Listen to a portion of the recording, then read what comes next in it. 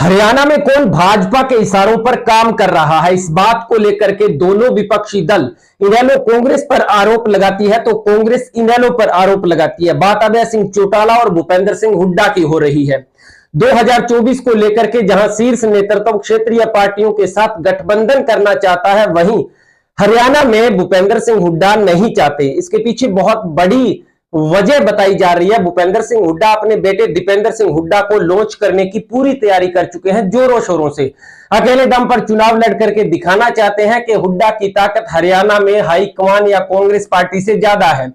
और इस बाबत यदि आपको याद होगा तो लगभग 1-1.5 साल पहले भूपेंद्र सिंह हुड्डा ने अपने निवास स्थान से कांग्रेस का झंडा उतार दिया था। गाड़ियों से झंडे उतार दिए थे, सिर्फ गुलाबी पगड़ी पहनी गई थी। उनके काफिले में बड़ा परिवर्तन और बड़ा फैसला ले सकते थे, लेकिन ऐन वक्त पर हुड्डा ने मना कर दिया था।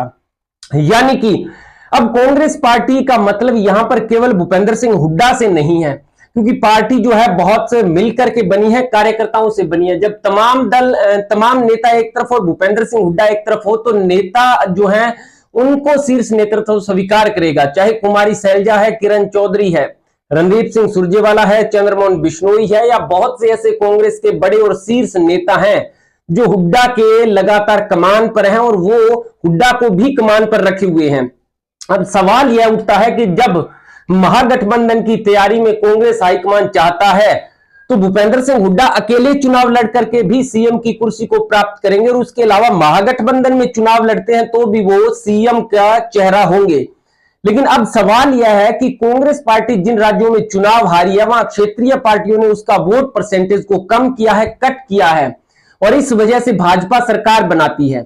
भाजपा कांग्रेस के लगातार लगभग 30 से 35% वोट शेयर दोनों के आते हैं, लेकिन भाजपा क्षेत्रीय दलों के साथ गठबंधन करने में कामयाब रहती है और इसी वजह से सरकार बनती है। लेकिन कांग्रेस यह नहीं कर पाती, और इसी बात को राहुल गांधी और कांग्रेस पार्टी के राष्ट्रीय अध्यक्ष मल्लिकार्जुन खड़गे ने स्वीकार किया है कि आने वाले समय में अब गठबंधन किया जाए।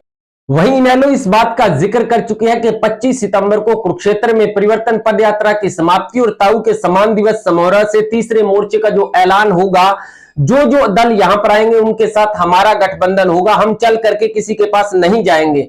दरअसल यह बयान इनेलो को इस वजह से देना पड़ा है क्योंकि इनेलो लगातार कई दिनों से इस बात का जिक्र कर रही है कि हमें किसी से कोई ऐतराज नहीं है, लेकिन कांग्रेस पार्टी जो है इस पर बिल्कुल भी कोई जिक्र नहीं कर रही है। यानी इनेलो भी अब एक हद के बाद चुप हो चुकी है, और कांग्रेस अब जो है चल करके इनेलो के पास जाए या अन्य जो है राज्य है वहां पर क्षेत्रीय दलों के पास कांग्रेस को जाना होगा, पहल करनी होगी। यानी कि या तो शीर्ष नेतृत्व भूपेंद्र सिंह हुड्डा की मानेंगे या फिर कांग्रेस के बड़े नेताओं की। दोनों में ही कांग्रेस में गुटबाजी होने का पूरी संभावना नजर आ रही है।